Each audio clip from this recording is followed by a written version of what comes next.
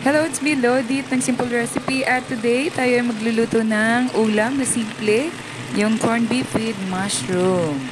Okay, ayan ang ating mga ingredients, ang corned beef, mushroom, at onion, and garlic. Okay, sa isang pan, magpainit tayo ng mantika, at igisa natin yung bawang.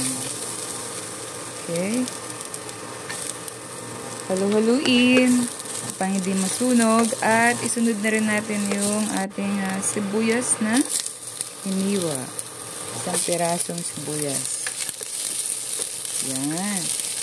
At pagkatapos nyan, pwede na nating ilagay yung 1 can of mushroom.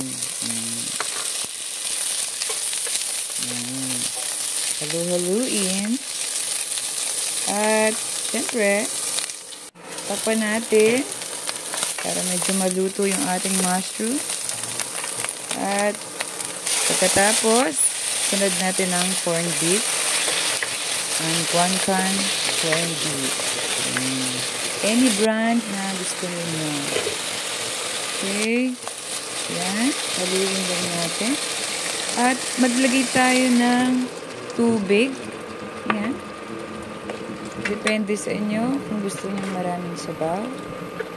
Dahil kami lang, dalawa lang kakain ng kasama ko dito sa bahay. Yan.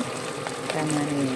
Okay, lagay tayo ng asin kasi nilagyan natin ng tubig. Medyo tumabang yung corned beef natin. Yan. Medyo almost done na siya. Pwede na natin siyang ilagay sa plate. Yan. Okay, maraming salamat sa panonood. At huwag kalimutan mag-subscribe sa channel ko. Ingat lagi and God bless everyone.